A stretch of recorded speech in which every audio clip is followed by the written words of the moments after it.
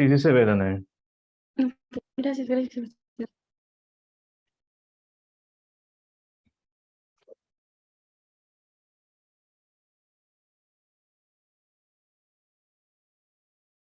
Ya, chicos, buenas noches.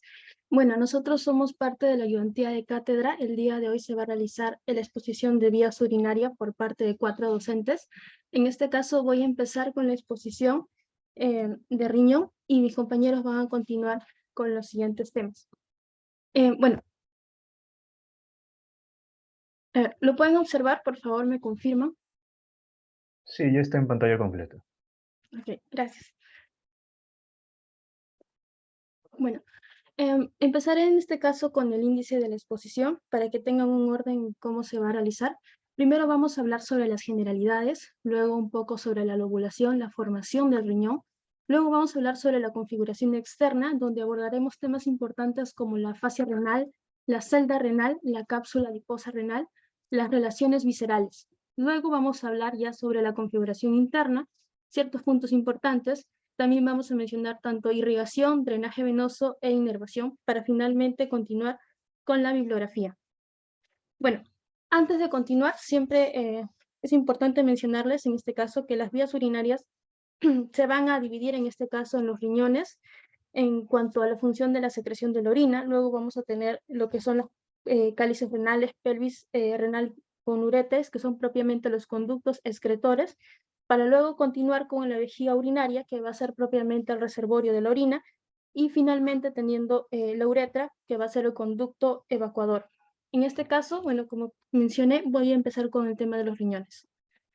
Bueno, mencionando en este caso las generalidades, en este caso, el riñón es propiamente un órgano retroperitoneal. Su función propiamente va a ser el ultrafiltrado del plasma para formar la orina, y este va a estar dentro del sistema excretor o genitourinario. Algunas funciones más para mencionar van a ser, por ejemplo, que este va a liberar la renina, que va a ayudarnos en la presión sanguínea y la función del corazón. También va a producirnos lo que es la eritroproyetina, que va a ser la hormona que nos ayuda en la formación de glóbulos rojos. Propiamente va a pertenecer a lo que es el sistema endocrino, y en cuanto a las dimensiones, pues vamos a tener que va a medir 12 centímetros de largo, en 6 centímetros de ancho y 3 centímetros de espesor. El peso va a variar, en este caso ya sea de hombre o mujer, ya que en los hombres va a medir 140 gramos, mientras que en las mujeres 125 gramos. En cuanto a la posición, cuando una persona, pues, en una persona viva, el riñón se va a ubicar entre la vértebra L1 y la vértebra L3. En cuanto al eje, vamos a tener un eje superior hacia inferior y de medial a lateral. O también lo podemos denominar que este eje va a estar colindando sobre el eje del psoas mayor, del músculo del psoas mayor. Listo. En cuanto al color y la consistencia, el riñón en este caso va a tener un color amarronado y va a tener un parénquima muy resistente. Luego, en cuanto a la orientación propiamente del riñón, vamos a tener en este caso en dos caras, una cara anterior y una cara posterior. Luego vamos a tener dos bordes, un borde interno o medial, un borde externo o lateral y dos polos, un polo superior, como pueden observarlo, y un polo inferior. En cuanto a la forma propiamente del riñón, se le conoce en algunos libros como la forma de judía, ¿no? Pero hoy en día está muy desactualizado ese uso, entonces lo podemos denominar como forma de una haba, que es mayormente más conocido. Ya, en cuanto a los bordes que ya mencioné, vamos a, en este caso, desmenuzar la información, ya que en el borde lateral o externo tenemos que dividirlo del riñón derecho y del izquierdo. En el caso del riñón derecho, vamos a tener del borde derecho inferior, que vamos a encontrarlo inferior al hígado, en este caso acá, no sé si pueden observar mi puntero, y en el caso del riñón izquierdo vamos a tener con el borde del vaso y el colon ascendente. Y en este caso el colon descendente estaría en la parte anterior del riñón. En el caso del borde medial o el borde interno, este se va a dividir en tres. Vamos a tener primeramente una zona suprailiar, luego vamos a tener propiamente el ilio renal, para finalmente tener el subiliar. En el caso del ilio renal, que es donde vamos a encontrar que ingresan las estructuras, como podemos observar en la imagen, vamos a tener al seno renal. El seno renal justamente nos va a dar el paso hacia el pedículo renal, donde vamos a poder ver la estructura que está ingresando tanto la vena, la arteria y la pelvis renal. Un dato que vamos a hablarlo más adelante. En el caso de la zona subiliar vamos a tener que este está colindando con el ligamento uretero-renal. En el caso de la formación del riñón, es importante mencionar que vamos a tener la lobulación. ¿Qué es la lobulación? Bueno, en el caso de los mamíferos, justamente nosotros vamos a tener la formación de lóbulos, que esto va a ser muy característico en nosotros, y pues en el feto, como podemos observar, estas son unas imágenes del libro Scandalakis, de cirugía quirúrgica, en el cual podemos observar, por ejemplo, un feto de 5 o 8 semanas, donde podemos estar observando la formación de los lóbulos. Luego tenemos en un niño pequeño, donde se da la formación de estos lóbulos hasta los 4 años. Desde esta edad ya desaparecen estos lóbulos, para tener luego en la fase adulta solamente estos pequeños vestigios de la formación de los lóbulos. En el caso de los medios de fijación, es importante mencionar que va a haber dos formas. Una forma tradicional que se observa sobre todo en los libros más antiguos, cómo lo clasifican. Primero van a clasificarlo por el peritoneo parietal. Antiguamente se consideraba que el peritoneo era un medio de fijación. Sin embargo, podemos observar hoy en día que cuando nosotros desprendemos el peritoneo del riñón, pues no va a quedarse totalmente en un medio estático, por lo cual esta forma ha sido totalmente descartada. Por lo cual vamos a tener un ablazamiento del peritoneo donde no va a haber desplazamiento. Luego también se consideraban los vasos renales. En este caso, se consideró que tenían medios de fijación. Sin embargo, también esto es un dato erróneo, porque por más que se ingresen de forma transversa, no tienen función de fijación. En el caso propiamente de los principales o los verdaderos medios de fijación, vamos a hablar de dos importantes. Primero vamos a mencionar la fascia renal y luego la cápsula adiposa perirrenal, que ahorita lo vamos a distinguir y diferenciar. Primero, como observamos acá, vamos a hablar de la fascia renal. En el caso de la fascia renal, es importante mencionar que vamos a tener dos hojas. La primera hoja, como vemos, es continua. Sin embargo, observamos que la segunda hoja inferior, aquí no totalmente tiene una cerradura, no se cierra totalmente. Entonces, la primera va a ser la hoja anterior y la segunda va a ser la hoja posterior. Entonces, en la celda renal vamos a tener primeramente la hoja anterior con la hoja posterior y vamos a tener dentro justamente la cavidad propiamente del riñón. Todo esto viene a conformar lo que es la celda renal. Y aquí podemos observar justamente el espacio perirrenal. Luego, hablamos de la cápsula adiposa perirrenal, que viene a ser justamente este espacio, todo el espacio que podemos observar desde las hojas anterior, posterior, con el propio espacio perirrenal. Todo esto me estaría conformando la cápsula adiposa perirrenal. La grasa que vamos a tener y que encontramos esta imagen de Netter, tenemos que diferenciarla en dos. La grasa que encontramos dentro vamos a denominarla perirrenal, mientras que la grasa que encontramos fuera de esta cápsula la vamos a denominar pararrenal. Aquí podemos ver justamente el espacio perirrenal y vemos aquí cómo está colindando primeramente la grasa perirrenal, luego externamente la grasa pararrenal. Igualmente acá podemos observar que justamente todo este espacio encierra y está encapsulando también a la glándula suprarrenal. En cuanto a ser un resumen de las partes más importantes de los medios de fijación, tenemos que mencionar justamente de esta fascia renal o fascia de Gerot, que va a ser justamente la dependencia de esta fascia.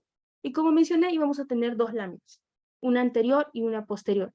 La lámina anterior también se va a conocer como fascia de Gerot. Sin embargo, vamos a tener un refuerzo en esta lámina. En el caso de la lámina anterior, hacia la parte más superior, vamos a tener el refuerzo de la fascia de Toll. Y en el caso de la lámina posterior, vamos a tener la fascia de Zuckerhand, que antiguamente se conocía que tenía el mismo nombre que la lámina posterior. Sin embargo, en la represión quirúrgica se ha podido observar que es diferente, que cuando uno despliega la lámina posterior, totalmente vamos a encontrar por separado la fascia de Zuckerhand. Y bueno, en cuanto a la glándula suprarrenal y propiamente el espacio del polo superior del riñón, vamos a poder justamente ver esta lámina suprarrenorrenal, en el cual también está denominada como de Lemare, que justamente me da esta continuación entre la glándula suprarrenal del riñón. Luego vamos a tener propiamente la cápsula adiposa, que pues en este caso va a aumentar a partir de los 8 años. ¿Y qué personas podemos ver esta cápsula adiposa aumentada? Por ejemplo, en pacientes obesos y embarazadas. Ya, bueno, continuando en este caso con las relaciones viscerales, local lo vamos a clasificar desde los dos polos del riñón, tanto el polo superior, que vamos a tener que colinda con la glándula suprarrenal, y en el caso del polo inferior, como aquí pueden observarlo, me está colindando con dos músculos importantes, el psoas y el cuadrado lumbar. Aquí podemos ver que justamente están a nivel PL3. En el caso propiamente, para desglosar más la información en el polo superior, vamos a diferenciarlo desde el riñón derecho y el riñón izquierdo. En el caso del riñón derecho, vamos a ubicarlo que va a estar en el espacio intercostal, en el 11º espacio intercostal, mientras que en el riñón izquierdo, en el polo superior, va a estar a nivel de la 11ª costilla. Y en el caso del polo inferior, en el caso del riñón derecho, va a estar a nivel de la tercera vértebra lumbar, pero en el caso del riñón izquierdo va a estar en el disco intervertebral de L2 a L3. ¿Por qué nosotros tenemos esta diferencia de alturas? Porque si lo pueden observar acá en la imagen, observamos que el hígado justamente hace mayor presión en el riñón derecho. Entonces, observamos que vamos a tener justamente este desnivel. Ya, en caso de las relaciones de la cara tanto anterior, vamos a tener que en el riñón derecho, como observamos en la imagen, estamos colindando con el hígado, con el duodeno, con el colon ascendente, el ángulo cólico derecho, el intestino delgado. En el caso del riñón izquierdo, vamos a ver que va a estar colindando con vísceras como el estómago, el páncreas, el colon descendente, el ángulo cólico izquierdo, el vaso y el intestino delgado. Propiamente en la cara posterior hemos hecho esta pequeña animación con libros como el Netter y el Gray, en el cual vamos a poder justamente poder observar mejor las relaciones. Primeramente acá observamos la 11ª costilla, luego observamos el espacio que estaría colindando con el diafragma, para luego tener la 12ª costilla, y en el caso, desde la zona más lateral hacia medial, vamos a tener justamente que colindamos con estos músculos. Primero empezamos con el músculo transverso, luego con el cuadrado lumbar y luego con el psoas mayor hacia la parte más medial. Y aquí justamente también vamos a hablar de los puntos más importantes en la cara posterior.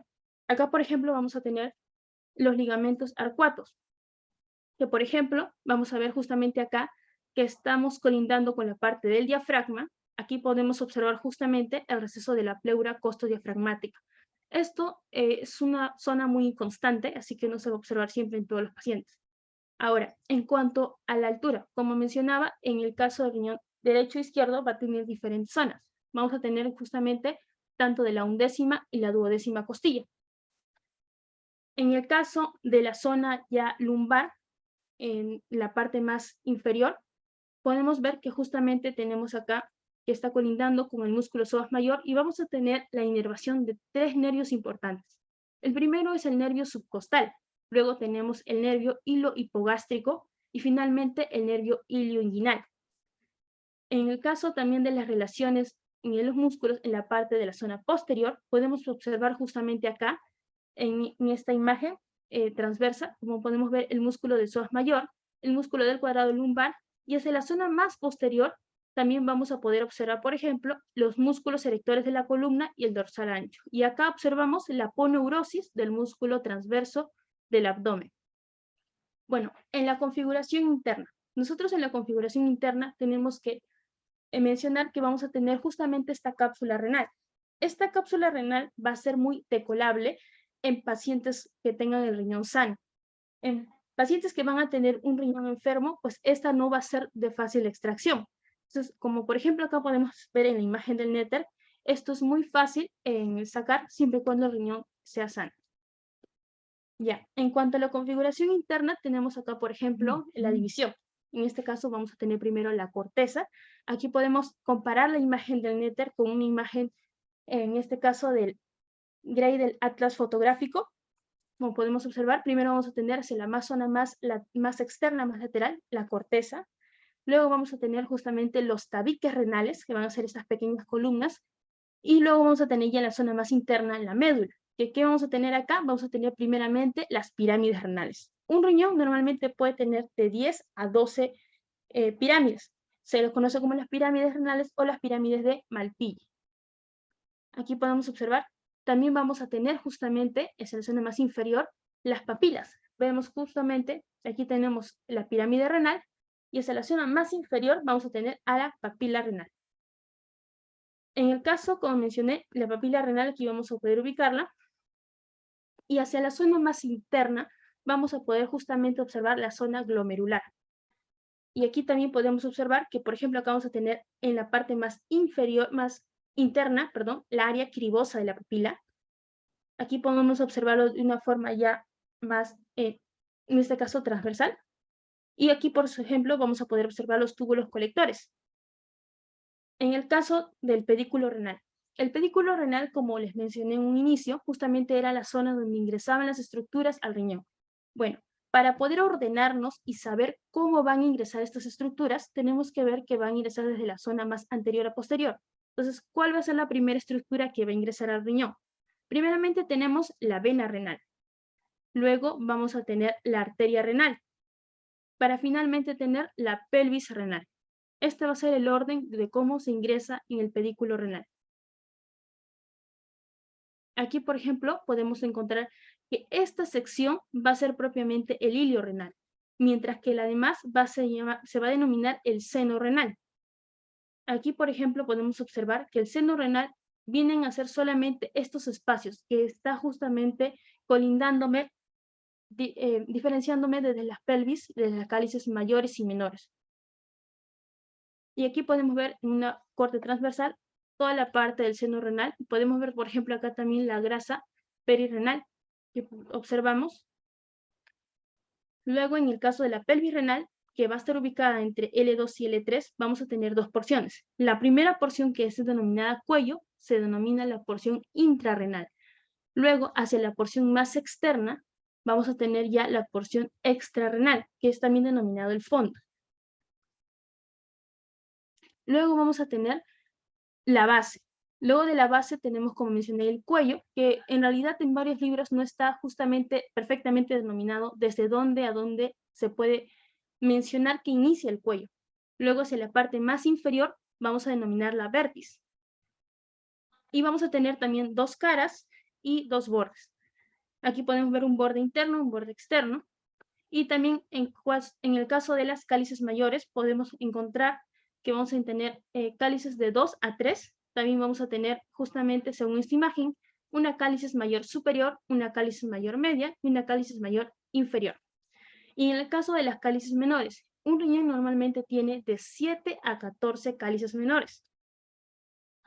Ahora, en cuanto a la irrigación y el drenaje venoso, las arterias renales y tanto las venas renales van a estar ubicadas al nivel de la primera vértebra lumbar.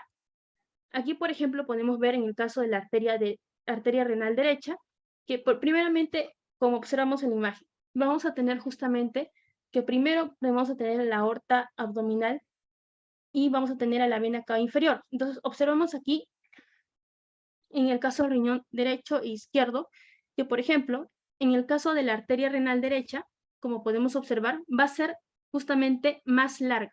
¿Por qué va a ser más larga? Porque esta va a estar superpuesta después hacia lateral de la vena cava inferior. Entonces, se sobreentiende por la imagen que vamos a tener un mayor recorrido de la arteria renal derecha que de la arteria renal izquierda. Entonces, justamente el recorrido de la arteria renal derecha va a ser de 3 a 5 centímetros, mientras que la arteria renal izquierda va a ser menor de 3 centímetros. Entonces, de forma viceversa, vamos a tener también las medidas en el caso de las venas renales. Porque en el caso, por ejemplo, de la vena renal izquierda, vamos a ver que este va a tener un recorrido más largo, mientras que la vena renal derecha va a ser más corta. Y en el caso de la vena renal izquierda, vamos a tener justamente acá la famosa pinza aortomesentérica. Bueno, continuando nosotros, en el caso de la irrigación, vamos a tener justamente varias ramas. Primeramente, es importante mencionar que todas estas van a salir desde el nivel de L3. Luego nosotros tenemos que justamente diferenciar la arteria renal derecha de la izquierda, y propiamente ya las ramas de todo lo que es el riñón, primeramente inician así. Vamos a tener nosotros acá, por ejemplo, la arteria suprarrenal.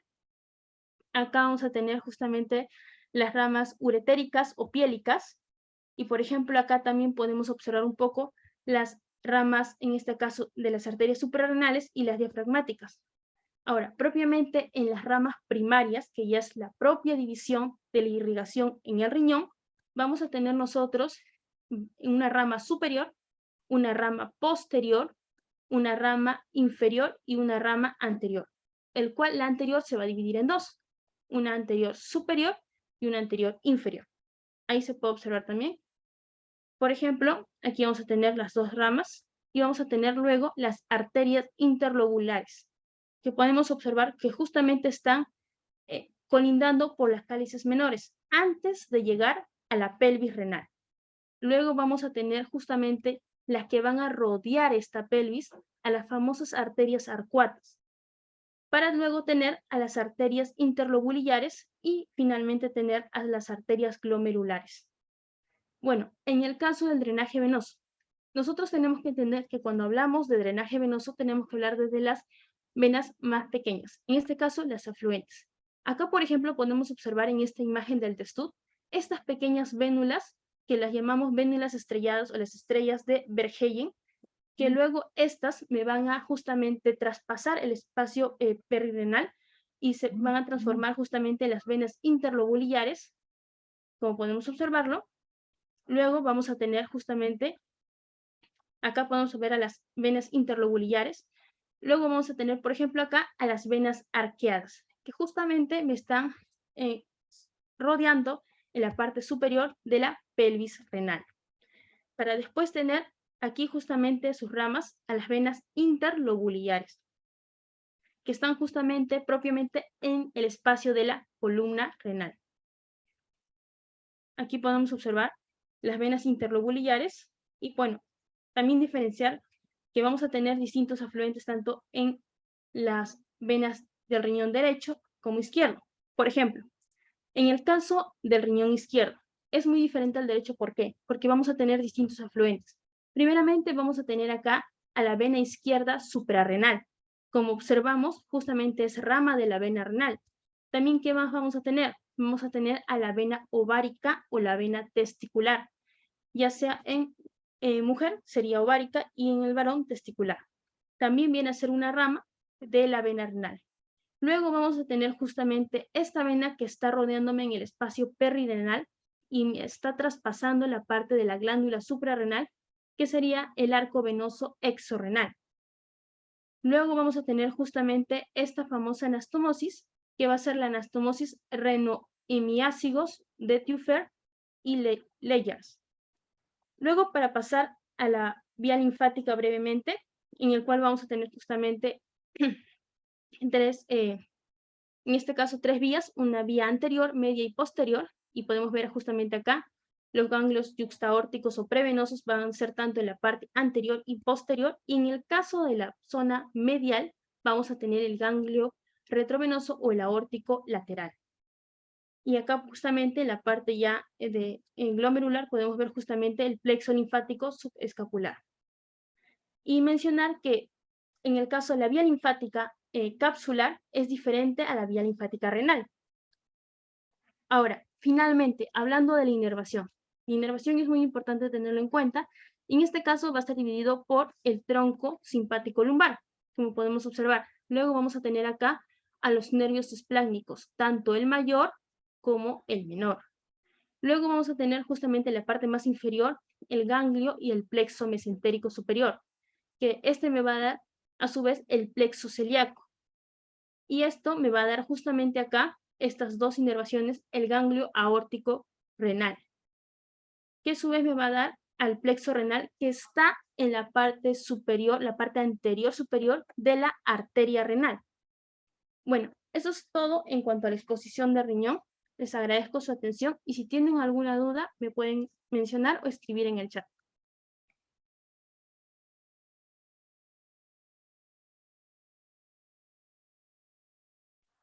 Ya chicos, si desean pueden hacer sus preguntas, dejar al ayudante, en este caso a Danai, y las pueden dejar en el chat.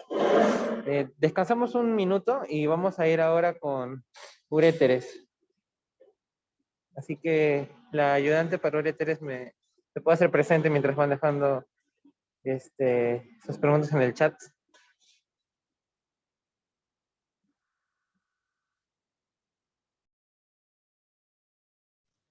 ¿Se puede ver? Sí, sí se ve. Ya. Buenas noches con todos. Mi nombre es María Pía Contreras Vázquez y el día de hoy yo les voy a presentar acerca de los uréteres. Entonces vamos a comenzar por lo que son las generalidades. ¿Sí? Los uréteres es un tubo cilíndrico el cual va a conducir orina desde la pelvis renal hacia lo que es la vejiga. ¿Sí? Este va a tener una situación retroperitoneal y podemos encontrar su extremo superior a nivel de una línea horizontal trazada a nivel de las costillas número 12, ¿no? Otro punto que también podemos encontrar con una línea horizontal a nivel de las espinas ilíacas anterosuperiores es este punto de cruce donde se va a cruzar con lo que es la arteria ilíaca, ¿no? Aquí vamos a encontrar. Por otro lado, va a tener una orientación inferior y medial, debido a que inicialmente, si nosotros vemos los puntos extremos superiores, están separados unos 7 a 8 centímetros y sus puntos inferiores van a estar separados alrededor de 2 centímetros. Entonces, por eso es que decimos que tiene un trayecto inferior y medial, ¿no? Se va cortando la distancia entre ellos. Por otro lado, tenemos que a nivel longitudinal este va a tener una medida de 25 centímetros y el calibre de estos uréteres vamos a ir viendo que va a variar, donde vamos a encontrar puntos donde se va a estrechar mucho más el uréter, que van a ser 3 puntos, y puntos donde se van a dilatar, ¿no? Entonces, las estrecheces que vamos a ver es la primera, que es la superior, que se encuentra aquí en la unión pielo-ureteral, que es entre la unión de la pelvis renal y el inicio del uréter, ¿no? Ahí va a haber una disminución del calibre. Después vamos a encontrar al punto medio, ¿no? Donde va a ser el cruce con los vasos ilíacos. Aquí podemos ver a los vasos ilíacos y cómo es que se va a disminuir el calibre, ¿no? Se va a dar otra estrechez. Y por otro lado vamos a tener el inferior, que es la parte donde ya está perforando lo que es la vejiga y también va a disminuir el calibre, ¿no? Estos 3 puntos, estas 3 estrecheces que vamos a encontrar, van a ser importantes a nivel clínico debido a que aquí se van a detener o se van a dar ciertas obstrucciones de los cálculos, ¿no? O también llamados litos, los cuales van a generar una distensión a la pared de los uréteres y eso es lo que vamos a sentir como un dolor, ¿no? A estos dolores, debido a la obstrucción de los uréteres, los llamamos cólicos renales. Ya. De ahí vamos a tener a lo que son las dilataciones, ¿no? La porción abdominal y la porción pélvica, que vamos a ir viendo después. Entonces, ahora vamos a hablar de las relaciones que va a tener el uréter. Y aquí van a ser van a ser bastantes, pero en todo caso voy a tratar de resaltar las que considero que son más esenciales, ¿no? Primero vamos a hablar de la porción abdominal. Esta se va a desarrollar entre la pelvis renal y el estrecho superior de la pelvis, ¿no? Entonces, vamos a empezar con las relaciones a nivel lumbar. De manera posterior, se va a dar la presencia de este músculo, que es el músculo psoas. Ambos lados lo tenemos. Se van a encontrar de manera posterior los uréteres, que son los que están siguiendo este trayecto, ¿no? De mi puntero, no sé si me siguen. Entonces, tenemos aquí el psoas mayor, tenemos a los nervios genitofemoral y cutáneo femoral lateral, los cuales forman parte del plexo lumbar. Anterior a los uréteres, vamos a tener ciertas diferencias, debido a que en el derecho vamos a tener la presencia del duodeno. Y aquí estamos viendo cómo es que el duodeno y el páncreas se están retrayendo hacia la izquierda y podemos ver lo que está debajo, ¿no? Aquí podemos ver lo que es parte del riñón derecho y parte del uréter, ¿no? Y ahí vemos que se cumple la relación de que el duodeno está por delante, está anterior a lo que es el uréter derecho, ¿no? Y aquí encontramos también a lo que es la fascia retroduodenopancreática, también llamada fascia de Treitz, ¿no? Que es una fase de coalescencia, ya seguro habrán visto eso en el abdomen, ¿no? Por otro lado, también vamos a tener a la presencia de lo que es la fase retrocólica ascendente, la cual va a estar relacionada a la presencia de los vasos cólicos derechos. Por otro lado, también tenemos a lo que son los vasos gonadales. En el caso de la mujer serían los ováricos y en el caso del hombre serían los testiculares, ¿no? Por este lado se encuentran, ¿no? Aquí tenemos a la vena gonadal, arteria gonadal derecha, que están de manera anterior, se están cruzando con lo que es el trayecto del uréter, que está descendiendo, ¿no? Y de manera, bueno, a la izquierda también tenemos la misma relación, se encuentran de manera anterior, ¿no? Aquí tenemos a la vena, aquí tenemos a la arteria, que están de manera anterior, lo que es el uréter. Por otro lado, tenemos a lo que es en el uréter izquierdo de manera anterior a lo que es la fascia retrocólica descendente. Si en el uréter derecho tenemos a la fascia retrocólica ascendente, en el izquierdo tenemos a la fascia retrocólica descendente, la cual está relacionada a la presencia de los vasos cólicos izquierdos. Y aquí podemos ver una relación importante, que es el arco vascular de Treitz, ¿no? Aquí tenemos a la vena mesentérica inferior, tenemos a la arteria cólica izquierda, y estos se están encontrando medial a lo que es el uréter izquierdo, ¿no? Que vemos aquí. Este es el arco vascular de Treitz, ¿no? Nuevamente lo repito, está conformado por la vena mesentérica inferior y la arteria cólica izquierda. Ya, de ahí, ¿qué más encontramos? Ya, de manera medial encontramos a lo que es la vena cava inferior, que es la que encontramos por aquí también lo podemos ver, a la aorta y en los troncos lumbares simpáticos. Ya.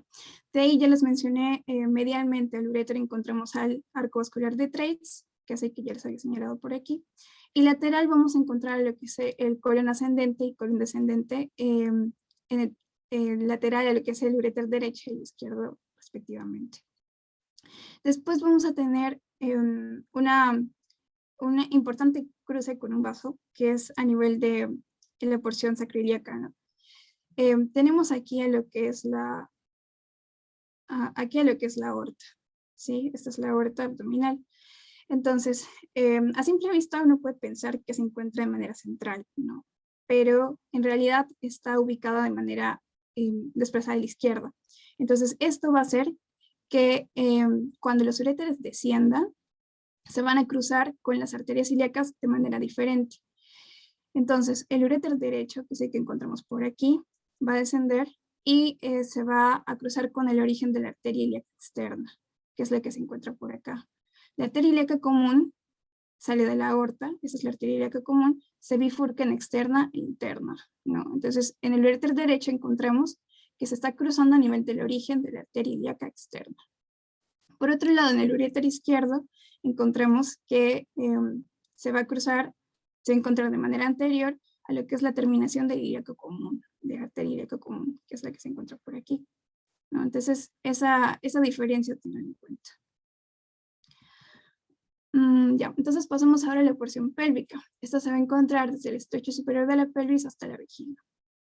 Y en el hombre y la mujer van a diferenciarse, pero hay ciertas relaciones que van a compartir, que en este caso van a ser la porción parietal, ¿no? En un momento inicial, el uréter se va a encontrar como pegado a lo que es la pared pélvica, ¿no? Que podemos verlo aquí, medio de blanco, ¿sí?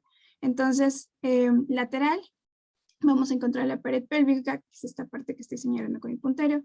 De manera medial vamos a encontrar lo que es el recto. Y de manera posterior vamos a encontrar al pan obturador, que está conformado por lo que es la vena y la arteria obturatriz y el nervio obturador, ¿no? Y aquí en su parte yuxtavesical, hay una relación importante en torno a la presencia de las vesículas seminales y el conducto deferente en el hombro, ¿no? Esto que les había mostrado es una imagen de una mujer, porque aquí tenemos la presencia del útero, pero como les estaba comentando, hay ciertas regiones o ciertas relaciones que se comparten entre ambos, ¿no? Las cuales son estas. Ya, entonces, esta parte de esta imagen es la vista posterior de lo que es la vejiga urinaria en el hombro. Y aquí encontramos una relación importante, como ya les había mencionado, que es la presencia del conducto deferente. El conducto deferente es el que encontramos aquí.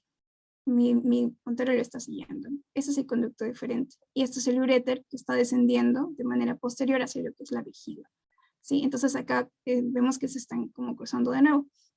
Y el conducto deferente a este nivel se va a encontrar de manera medial y superior a lo que es el uréter. Sí, esto es el uréter, esto es el conducto deferente. Las vesículas seminales se van a encontrar de manera medial a lo que es el uréter. Sí, ya. De ahí pasamos a la mujer. En la mujer podemos diferenciar el uréter en su porción pélvica en 3 porciones debido a la presencia de ligamento ancho, que es este ligamento que se va a encontrar en forma como de alas que se están extendiendo de manera lateral. Ya aquí se ha cortado para poder ver bien el trayecto del uréter. Entonces, en un primer momento se va a encontrar el uréter por detrás del ligamento ancho, ¿sí? A esta porción la vamos a llamar retroligamentosa, que es esta parte, ¿sí? Y de nuevo se cumplen ciertas relaciones que comparte con el hombre, por ejemplo, de manera medial encontramos al recto, de manera lateral encontramos a la pared pélvica, por debajo encontramos el vano obturador, etcétera, ¿no? Y aquí se va a dar la presencia lateral de lo que es la arteria uterina, ¿no? En un primer momento está de manera lateral. De ahí en el segmento infraligamentoso. ¿Por qué infraligamentoso? Porque se encuentra por debajo del ligamento ancho. Entonces, este segmento por debajo del ligamento ancho se encuentra en una región que es el paramétrico, que es esta región que estoy encerrando, que presenta abundante tejido conectivo, ¿no? Y algunas estructuras vasculonerviosas. Entre ellas, la que vamos a encontrar y la relación que más nos importa aquí es la presencia de la arteria uterina, que es esta que se encuentra por aquí, que tiene un trayecto anterior y superior a lo que es el uréter. Ese es el uréter, está por dentro y está yendo hacia lo que es la base del ligamento ancho, que es esta parte. Entonces está pasando por debajo de la arteria, ¿no? De ahí, ¿qué más? Tenemos a la porción preligamentosa, debido a que en esta porción se va a encontrar por delante del ligamento ancho, ¿no? Entre lo que es la vejiga urinaria que encontramos por aquí y lo que es la vagina. Entonces, al momento en que está en esa región, entre ambas regiones, va a dar lo que es una proyección hacia la pared de la vagina, ¿no? Al cual llamamos triángulo de Pauling. Ya. Ya. Después tenemos a la porción intramural, que ya forma parte de cómo es que el uréter está perforando la vejiga. Tiene un trayecto oblicuo, y eso sí que quiero que por ahora recuerden. Sí, tiene un trayecto oblicuo. Ahorita lo vamos a ver. Después va a terminar a nivel, o va a desembocar en la vejiga a nivel del orificio ureteral, ¿sí? Los cuales los tenemos por aquí. Y entre estos se va a dar lo que es el pliegue interuretérico, ¿no? Que estaría conformando parte de lo que es el triángulo de Litau, ¿no? Entre estos 3 puntos, los orificios ureterales y el orificio ureteral interno, que es el uretral interno, perdón, que es el que se encuentra por aquí. Entonces, entre estos se va a dar el triángulo de Litau. Entonces, debido al trayecto oblicuo que tiene el uréter dentro de la vejiga, aquí lo estamos viendo, es que al momento de la micción, lo que va a pasar es que los músculos de la vejiga se van a contraer y van a hacer que las paredes del uréter también se contraigan, ¿no? Y eso evita que la orina desde la vejiga pase al uréter, ¿no? Entonces, la presión de la pared vesical sobre las paredes ureterales impide el flujo retrógrado durante la micción. Por otro lado, tenemos la vascularización del uréter. Y vamos a recordar algunas relaciones que tienen con ciertos vasos importantes, ¿no? De manera superior vamos a encontrar la arteria renal y esta va a estar dando una rama que es la arteria ureteral superior. Por otro lado, en la porción media, vemos cómo es que la arteria gonadal, que ya les había explicado que pasaba de manera anterior, está dando ramas también para la porción media. Tenemos también a lo que es la aorta, que a este nivel está dando también sus ramitas, y tenemos a la arteria ilíaca común, que también está dando sus ramas para la porción media. A esta rama, que vemos un poco más larga, vemos que es la arteria ureteral inferior, ¿sí? Por otro lado, en su porción inferior está recibiendo irrigación a través de la arteria ilíaca interna y a las arterias vesicales superior e inferior. Ya, ese es el trayecto que les había mencionado. Y por otro lado tenemos la inervación. En el segmento superior va a estar inervado por lo que es el plexo renal, plexo aórtico. De manera medial tenemos a la presencia del plexo hipogástrico superior y en el segmento inferior estaría inervado por el plexo hipogástrico inferior.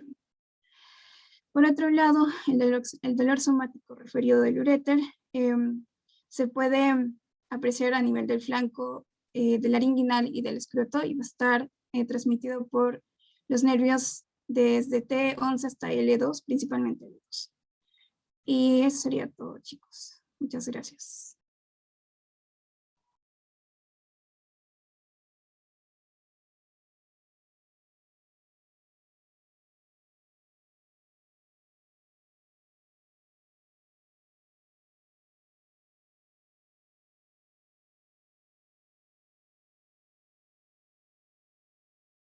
Ya, dale. Ok. Listo. Ok, chicos, vamos a comenzar entonces con la tercera parte de vías urinarias. Yo soy Luis Alberto Lavado Villanueva y vamos a ver vejiga. Antes vamos a ver un barrido general de todo lo que vamos a ver. Tenemos a las generalidades, vamos a pasar luego con la configuración externa, con la configuración interna y, por último, la celda vesical y la vascularización de la vejiga. Primero vamos a comenzar definiendo lo que es vejiga. Tenemos que decir que la vejiga va a ser, también llamado receptáculo, va a ser un reservorio o almacén de la orina en cada intervalo de las micciones. Es decir, la orina va a llegar por los uréteres, se va a almacenar en la vejiga y luego va a ser expulsado hacia el exterior por medio de la uretra. Para seguir viendo más detalles de la vejiga, primero tenemos que ubicarnos. ¿Dónde se encuentra? En la pelvis. La pelvis va a estar conformada por los huesos coxal, a ver, aquí el puntero, los huesos coxal, el hueso sacro y el coxis. Y vamos a poder definirla, o dividirla, perdón, entre dos pelvis. Una pelvis mayor, o pelvis falsa, y una pelvis que es inferior, llamada la pelvis menor o pelvis verdadera. Aquí tenemos dividida en dos colores. El de color verde, más claro, va a ser la pelvis mayor, esta parte de aquí, y hacia inferior tenemos a la pelvis menor o pelvis verdadera, que es justamente donde se ubica la vejiga. Ahora sí, vamos a ver una definición más completa. La vejiga va a ser un órgano pélvico que tiene una etapa abdominal, es decir, en la etapa prenatal, incluso después de nacer también, se va a encontrar completamente en el abdomen y luego un tiempo recién se vuelve a su posición común, que va a ser dentro de la pelvis menor. También para entender a la vejiga vamos a ir con los prefijos más utilizados, que van a ser estos de aquí, vésico y cisto, que justamente van a hacer referencia a la vejiga. Pueden ser como vésico prostático, vésico púbico, y en cuanto a cisto, puede ser cistoscopía, cistografía, cistitis también. Entonces no olviden, cuando hablemos de vésico o cisto, va a hacer referencia directamente al órgano de la vejiga. Ahora, también tenemos que entender que la vejiga va a tener dimensiones variables, de acuerdo a su estado de llenura o su estado de vacuidad. El estado de llenura se puede llamar represión, y el estado de vacuidad o la vejiga vacía va a ser el estado de depresión. Además, también sus dimensiones pueden ser variables de acuerdo a la edad y de acuerdo al sexo. Por ejemplo, en la edad tenemos que la vejiga puede ser de forma piriforme, es decir, en forma de una pera, cuando uno todavía es niño. Y en cuanto al sexo, podemos decir que en la mujer la vejiga va a ser un poquito más ancha y además tiene una capacidad ligeramente mayor a la de un varón. Las relaciones que tiene la vejiga va a ser común para varón y mujer en cuanto al suelo pélvico y el pubis. Pero cuando hablamos de una relación en cuanto a una vejiga de varón, tenemos aquí a la próstata hacia inferior y hacia posterior tenemos a las vesículas seminales y también a los cordones espermáticos que se encuentran aquí hacia posterior. En cambio, en una mujer tenemos aquí a la vejiga y hacia posterior encontramos que tiene una relación directa con el útero. Tiene acá una relación con el cuello, con el cuerpo y también con el fondo del útero, aunque un poquito menos. Y también va a estar relacionado en su parte posterior con la vejiga, ¿no? Al menos la mitad de la vagina va a estar en relación con la cara posterior de la vejiga. Ahora vamos a hablar de la configuración externa. Tenemos dos formas básicas, que va a ser una vejiga vacía, que va a ser este dibujo, y una vejiga llena. La vejiga vacía va a tener una forma aplanada y raras veces va a tener una forma esferoidal. En cambio, una vejiga llena va a ser de forma ovoidea.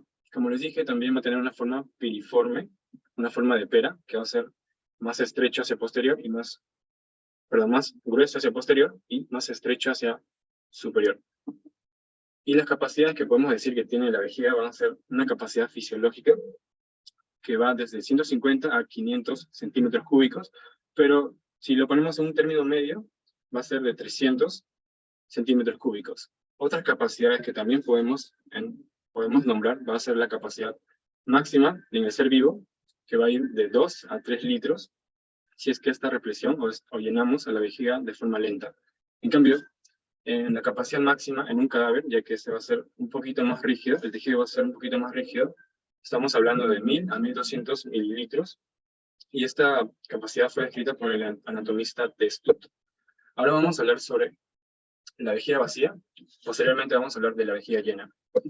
Para entenderlo, vamos a presentar aquí un tetraedro, que no es un tetraedro regular, ya que las caras no van a ser completamente iguales. Y está. Y lo que vamos a hacer es voltearlo. Lo volteamos y tenemos este tetraedro. Esta va a ser como que una forma más didáctica de entender a las caras de la vejiga. Hacia posterior vamos a encontrar aquí de color amarillo, a la base o fondo de la vejiga. Hacia superior tenemos la cara superior de la vejiga y tenemos también las caras laterales, completando todas las caras de la vejiga. Pongo aquí los diferentes autores, porque lo que estamos viendo aquí del tetraedro es mencionado por el libro Gray y también por el Testot, que justamente el Testot es un libro un poco más complejo, en cambio el Gray es un poco más básico, pero tienen esa confluencia de ideas de conformar una vejiga en forma de tetraedro. En cambio, el libro Rubier lo menciona solamente en 3 caras, en cambio el Pro en 5 caras. Yo les digo que van a encontrar diferente bibliografía para ver las caras de la vejiga, pero la manera más fácil sería de una forma didáctica, ¿no? En este caso tenemos el tetraedro. Y ahora sí, si ponemos una imagen más realista de la vejiga, sería esta de acá. Pero igual podemos reconocer ahí su base o fondo de la vejiga, y ese superior, como vemos aquí, cubierto de peritoneo, tenemos a la cara superior, y también aquí una cara lateral, ¿no? Adicionalmente, podemos mencionar aquí al cuello de la vejiga, que justamente va a ser su parte más inferior, o su porción más inferior. También vamos a describir bordes, tiene 3 bordes, 2 laterales, uno aquí, y obviamente hacia el otro lado también va a haber un borde lateral, y hacia el posterior encontramos un borde más, ¿no? El borde posterior. Vamos a mencionar también, para describirlo, 3 ángulos, uno hacia anterior, que va a ser el ángulo anterior, o también llamado vértice de la vejiga, y hacia posterior y laterales vamos a encontrar los ángulos laterales que van a ser la llegada de los uréteres. Siguiendo con la configuración externa, vamos a encontrar los detalles de cada una de las caras. Primero vamos con la cara superior. Tenemos que esta va a ser cóncava y además triangular. Esta cara aquí va a ser la superior y va a ser triangular con vértice en el uraco, o también llamado ligamento umbilical medio, y hacia el posterior vamos a encontrar como una base al borde posterior justamente de la vejiga. El peritoneo va a estar cubriendo de forma completa a la cara superior y va a tener una unión menos estrecha en la parte posterior. Es decir, aquí en la parte anterior va a haber una unión muy estrecha con la vejiga, el peritoneo con la vejiga, y hacia posterior la unión va a ser menos estrecha. Esta unión menos estrecha va a permitir que se formen pliegues. De esos pliegues, el más importante va a ser el pliegue vesical transverso, que es justamente esto, y que siempre se va a mencionar, ya que es muy importante. Y que justamente estos pliegues van a desaparecer cuando la vejiga entre en un estado de represión o encontremos una vejiga llena. En el hombre vamos a encontrar que esta cara superior se relaciona directamente con las asas intestinales que están aquí aproximadamente y con el colon sigmoideo también, más o menos a esta altura.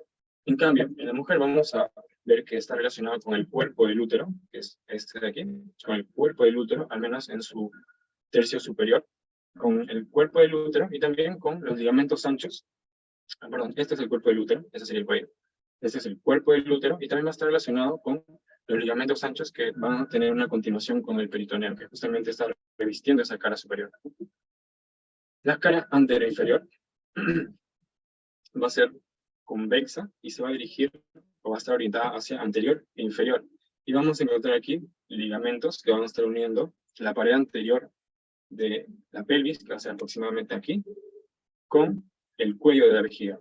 En los varones se va a llamar pubo prostático, es decir, van desde aquí aproximadamente hasta el cuello y van a estar rodeando también a la próstata. Por eso se llaman ligamentos puboprostáticos. En cambio, en la mujer van a ser los ligamentos pubovesicales. Como digo, van a estar relacionando la porción inferior de esta cara anterior de la pelvis con el cuello de la vejiga. En el caso de las mujeres es pubovesical y en el de los varones puboprostático. Vamos a encontrar también que relacionado a esta cara anterior, vamos a encontrar una fascia, la fascia umbilico prevesical, que va a ser aquí. Yo lo he dibujado con puntitos morados, aquí en el varón y también aquí en la mujer. Este va a tener una forma triangular y se va a dirigir desde el ombligo hacia la cara anterior de la vejiga. Y, entre ellos vamos a encontrar ahí un espacio retropúbico, o también llamado prevesical, que es el espacio de Retzius. Aquí podemos verlo, si siguen mi cursor pueden ver aquí, en este espacio amarillo vamos a encontrar el espacio retropúbico o prevesical. No está detrás del pubis, por eso es retropúbico, o delante de la vejiga, por eso es prevesical. Con su epónimo también, el espacio de Retzius. Este espacio es justamente necesario para que cuando la vejiga entre en un estado de represión, es decir, la vejiga se llene, pueda tener más libertad de movimiento y así se puede expandir de mejor forma. Continuando con la configuración externa, ahora vamos a ver la cara posterior inferior, también llamada base o fondo de la vejiga. Esta imagen va a ser justamente de una imagen o una visión posterior de la vejiga de un varón, y podemos decir que va a ser triangular. Podemos ver claramente el triángulo aquí, con un vértice que va a ser justamente la salida de la uretra, y una base que va a estar conformada por el borde posterior de la vejiga. Las relaciones van a diferir en cuanto al sexo. En cuanto al varón, tenemos aquí a la próstata en color moradito, a las vesículas seminales, que lo puse en color amarillo, y de color verde vemos a los conductos deferentes, que justamente, y más específicamente estamos hablando de las ampollas de los conductos deferentes. Aquí sale un concepto más que va a ser el triángulo interdeferencial, que va a estar limitado por las ampollas de los conductos deferentes y que, como podemos ver, este triángulo tiene un vértice inferior y una base superior. También en el varón vamos a encontrar un fondo de saco rectovesical. El peritoneo que estaba cubriendo la cara superior, aquí, de la vejiga, se va a replegar, o se va a reflejar, perdón, en el recto, más o menos a la altura de ese triángulo interdeferencial que vimos aquí, este triángulo interdeferencial, que se encuentra aproximadamente por aquí. Esta es una visión lateral, obviamente. Entonces aquí, el peritoneo se va a reflejar más o menos a una altura de 1,5 cm por encima de la próstata, y se va a reflejar hacia el recto, y va a crear este fondo. Este fondo de saco se va a llamar el fondo de saco rectovesical, porque justamente está relacionando estos dos órganos, ¿no?, a la vejiga y al recto. El fondo de saco rectovesical. Y inferior a este fondo de saco vamos a encontrar un tabique rectovesical, que justamente va a ser un poquito más rígido y que va a estar dividiendo a la vejiga del recto. Ese se va a llamar el tabique rectovesical. Y una porción más inferior, que va a estar relacionando el recto con la próstata, se va a llamar la fascia recto-prostática de non-biliaris. En la mujer vamos a encontrar otras relaciones. El útero, aquí, el cuello del útero va a estar relacionado con el tercio superior de este fondo de la vejiga o cara posterior de la vejiga. Y el resto, los restantes, es decir, 2/3 inferiores de esta cara posterior, van a estar relacionados con al menos la mitad del conducto vaginal. Aquí también vamos a encontrar otro fondo de saco, el llamado fondo de saco vésico-uterino. Es lo mismo, el repliegue del peritoneo que cubre la cara superior de la vejiga se va a reflejar en el útero y va a crear este fondo de saco aquí de morado, que se va a llamar el fondo de saco vésico-uterino. Y también vamos a encontrar una forma de tabique, pero en este caso va a ser una lámina vésico-vaginal. No tiene la conformación tan rígida de un tabique como el del hombre, que es el tabique rectovesical, sino por eso se le llama lámina vésico-vaginal. Aunque alguna bibliografía también lo llama tabique vésico-vaginal. Esta va a ser dividida por dos porciones, esta lámina vésico-vaginal, una porción superior que va a ser un poquito más laxa, es decir, las uniones van a ser menos estrechas y se va a poder desunir esos dos órganos, la vejiga y la vagina, más fácilmente. En cambio, una porción inferior, que va a ser esta, va a ser una unión un poquito más estrecha entre la vejiga y la vagina, aunque va a ser igualmente separable de estos dos órganos. Justamente esta porción inferior se va a llamar la fascia subvesical, ya que se encuentra debajo, aproximadamente debajo de la vejiga. Aún en su cara posterior se va a llamar la fascia subvesical o también fascia de Hallon, según su epónimo. En el borde lateral vamos a encontrar a los ligamentos umbilicales mediales, que van a ser estos de acá.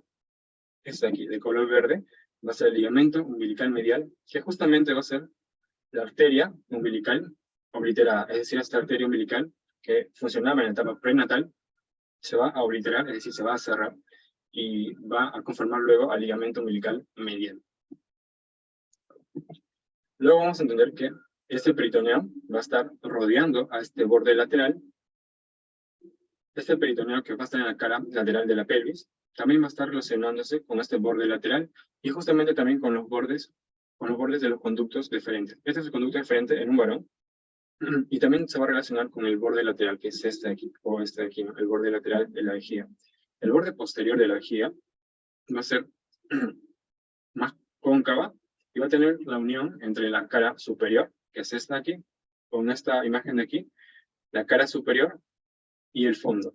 La unión de esa cara superior y el fondo nos va a delimitar el borde posterior de la vejiga. Este va a ser curvo y también va a ser cóncavo hacia posterior, y va a estar relacionado dependiendo del sexo. En el hombre va a estar relacionado con el recto, y justamente en esta imagen podemos ver, ya que es una imagen de una vejiga en la mujer, tenemos aquí a la vejiga, sigan mi cursor, esta es la vejiga, y aquí tenemos a la vagina y luego al útero, ¿no? Entonces vemos cómo en la mujer la vejiga va a estar relacionada con el istmo del útero. Este borde posterior de la vejiga va a estar relacionado con el istmo del útero, y en el varón con el recto. El ángulo anterior o vértice de la vejiga se va a encontrar hacia anterior y superior. Aproximadamente por aquí se va a encontrar el ángulo anterior o vértice de la vejiga, y se va a prolongar con un ligamento umbilical medio. Aquí podemos ver el ligamento umbilical medio, que está de color naranja, también llamado buraco. Este, cuando está revestido por el peritoneo, que justamente aquí es la lámina gris que estamos viendo, cuando está revestida por peritoneo se va a llamar pliegue peritoneal medio, al igual que estos ligamentos umbilicales mediales, que son estos de acá. Los ligamentos umbilicales mediales, cuando están revestidos por peritoneos, también se van a llamar pliegues. En este caso tenemos aquí el pliegue peritoneal lateral. ¿Bien? Aquí de rojito, el pliegue peritoneal medio, que es el ligamento umbilical medio revestido por peritoneo, y hacia lateral, el ligamento umbilical, los ligamentos umbilicales mediales, que cuando están revestidos por peritoneo son los pliegues peritoneales laterales. Y entre esos dos pliegues vamos a encontrar a la fosa supravesical. La vejiga llena, como ven aquí, se va a pasar de ser un órgano pélvico a ser un órgano abdominal, en el que se va a rebasar un poquito la sínfisis del pubis. Todas las paredes de la vejiga en estado de represión o vejiga llena se van a extender, pero notablemente se van a extender las paredes anteroinferior y la pared superior.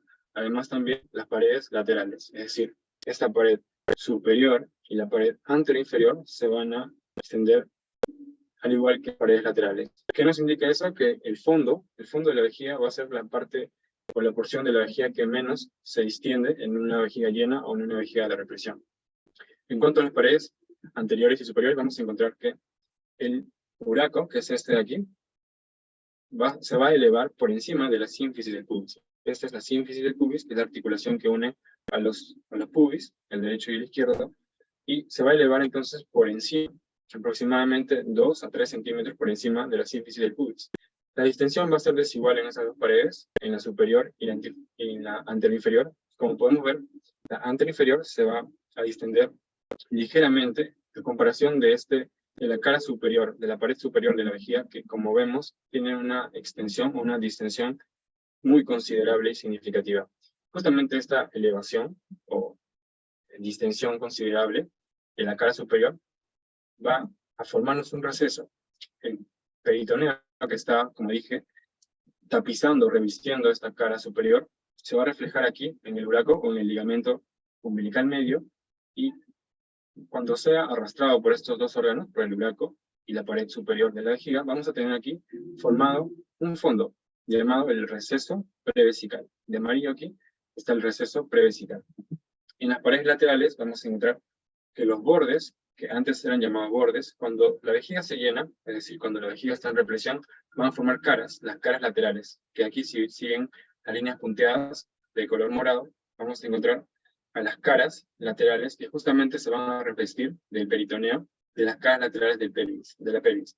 Aquí tenemos la pelvis, de su cara lateral, vemos que aquí está revestido por peritoneo. Cuando la vejiga se llena, vamos a notar que este peritoneo va a estar revistiendo esas caras laterales, que antes eran bordes laterales. En la configuración interna de la vejiga vamos a encontrar que la superficie va a ser roja, y además, y que como dato adicional podemos decir que en el cadáver va a ser de color gris. La disposición en el niño va a ser lisa, en cambio en los adultos va a ser alveolar, es decir, van a tener una especie de montículos. En cambio, cuando hablamos de un adulto mayor, se van a crear hipertrofia del músculo longitudinal interno de la vejiga, y por lo tanto vamos a encontrar una vejiga en columnas. Estos rodetes que se forman en la mucosa de la vejiga se van a anastomosar y van a formar esta vejiga en columnas. La superficie interna va a tener 3 orificios, 2 orificios ureterales, que van a ser laterales y posteriores, y un orificio ureteral que va a ser un poco más anterior y justo en la línea media. Estos van a tener dimensiones diferentes. Por ejemplo, el orificio ureteral va a ser circular en un joven, y en cambio en un anciano podemos notar que ese orificio que era circular se va a transformar en una forma de media luna o una forma de hendidura. En cambio, los orificios ureterales van a ser siempre de forma elípticos, y entre ellos se van a formar rodetes, que van a estar delimitando un trígono, llamado el trígono vesical, o también llamado por su epónimo, el triángulo de Litot.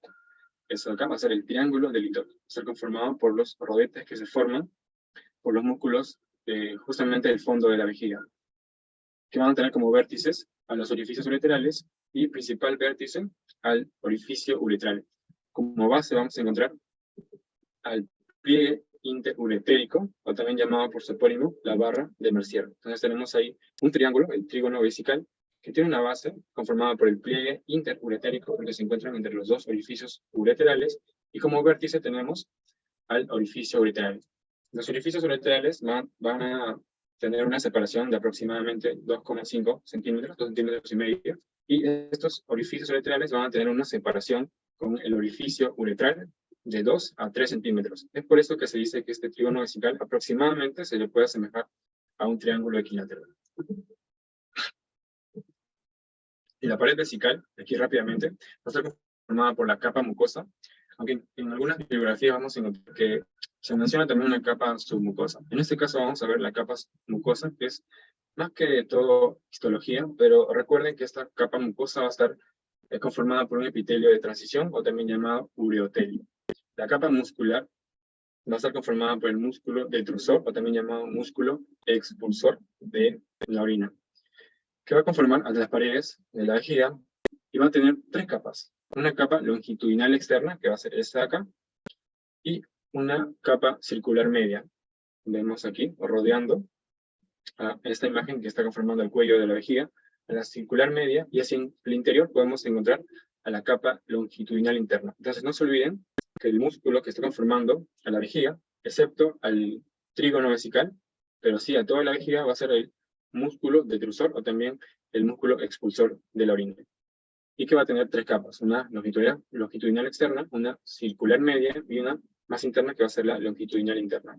Y finalmente tenemos a la capa externa, o también llamada serosa, va a ser un tejido conjuntivo, que también se va a llamar adventicia, y que va a estar rodeando a la vejiga. Otro concepto que también tenemos que entender va a ser la celda vesical, que va a ser el espacio fibroseroso que contiene la vejiga, y que va a estar formado por peritoneo y también todas las fascias perivesicales. En este caso, hacia superior y de color rojo, en la línea de color rojo, vamos a encontrar al peritoneo, que está cubriendo esta cara superior de la vejiga, incluso esa parte posterior. Hacia adelante vamos a encontrar la fascia umbilico-vesical, que va a ser de color amarillo, que ya le hemos descrito, va desde el ombligo hacia la pared anterior de la vejiga, y que esta celda vesical va a variar en su porción posterior, es decir, tenemos hacia superior al peritoneo y la fascia umbilico-prevesical hacia anterior, pero en la porción posterior varía. En cuanto al hombre, lo que hemos visto en diapositivas pasadas es el tabique rectovesical, ¿no? Que está dividiendo la vejiga del recto y que también contiene las vesículas seminales y a los cordones espermáticos, ¿no? Este tabique rectovesical va a ser un poquito más rígido que en la mujer, que va a ser la lámina vesicovaginal, pero que también va a estar dividiendo en la mujer a los órganos de la vejiga y a la vagina. Finalmente, vamos a ver que la vejiga va a estar rodeada por una fascia llamada la vaina alantoidea de Paul Delvet, la vaina alantoidea de Paul Delvet, y que también tiene otro nombre que va a ser la capa conjuntiva perivesical. Es decir, la vejiga puede estar rodeada de diferentes fascias, incluso del peritoneo, pero inmediatamente después de su capa serosa tiene a la vaina alantoidea de Paul Delvet. Y finalmente, para la vascularización, vamos a hablar primero de la irrigación arterial.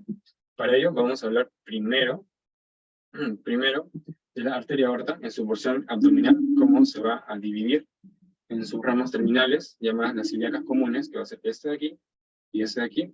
Y estas ilíacas comunes se van a dividir a su vez en ilíaca externa, esta y esta también.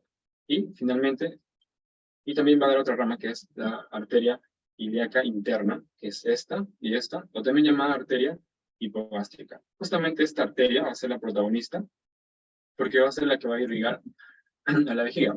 Nos van a dar a la rama umbilical, o la arteria umbilical, y además también a la arteria obturatriz, que van a estar dando a las ramas vesicales superiores.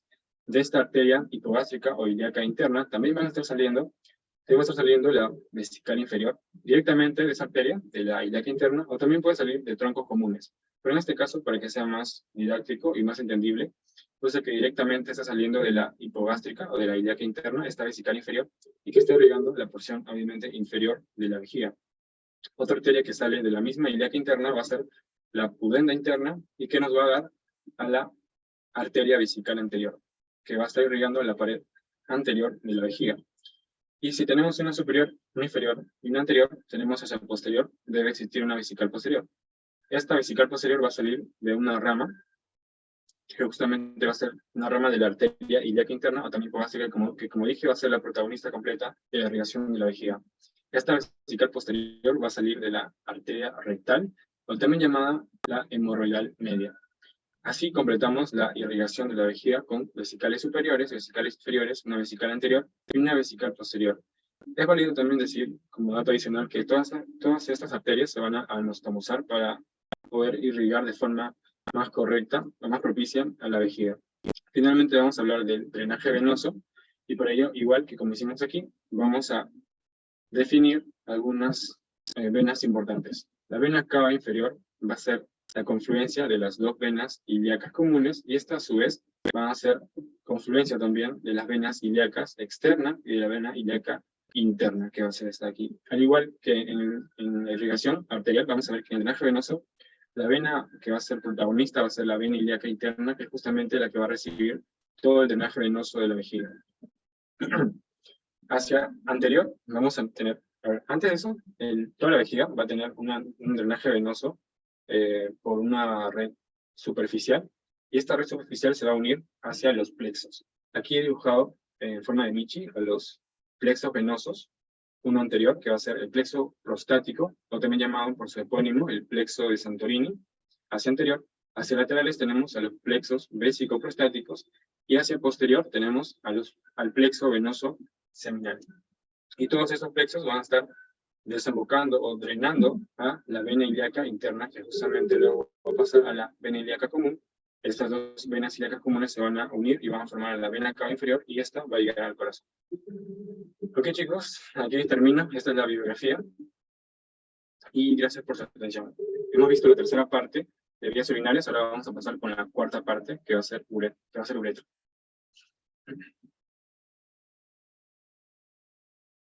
Me confirman si me escuchan, por favor. ¿Me escuchan, chicos? Sí, se escucha, Gerardo. Sí. Muchas gracias. Entonces, chicos, entonces vamos a ir con la última parte de lo que sería vías urinarias, que es un poco pesado, pero ya con uretra estaríamos terminando este tema. Así que bien, ahí ven la portada bien chévere. Y sigamos. Entonces, para estudiar la uretra, primero, la he dividido en una que es uretra masculina y otra es uretra femenina, porque tienen sus diferencias y por eso así se va a entender más. Entonces, con la uretra masculina vamos a ir primero con las generalidades para que se entiendan sus partes, y de ahí vamos a estudiar cada una por separado, y finalmente su irrigación e inervación. Así que, sigamos. Bien, entonces, ¿qué es la uretra? Bueno, es aquel órgano que se va a encargar de evacuar el contenido de la vejiga, ¿no? Que va para pato por todo lo que está produciendo en los riñones, va por los uréteres, se acumula en la vejiga, y ya cuando tienes ganas de miccionar, por ahí sale, ¿no? Por la uretra. Además, en el hombre tiene la particularidad de que también sirve para la eyaculación, ¿no? De estas glándulas propias del hombre. Sí, tiene esa doble función. Ahí lo vemos, es una esquemita de la uretra, ¿ven? Ese globo de ahí es la vejiga, que ya explicó mi compañero. La uretra, que es el tubito azul. Vemos dos cositas por ahí, ¿no? Ese moradito es la próstata, la glándula próstata, y eso que está de rosado es ya propiamente el pene. Ahora, sobre su recorrido, vamos a ver que se va a extender desde acá, que ya vimos, ¿no? La parte del cuello y la vejiga inferior, hasta el meato urinario, ¿no? La parte más externa que ya se abre hacia el exterior.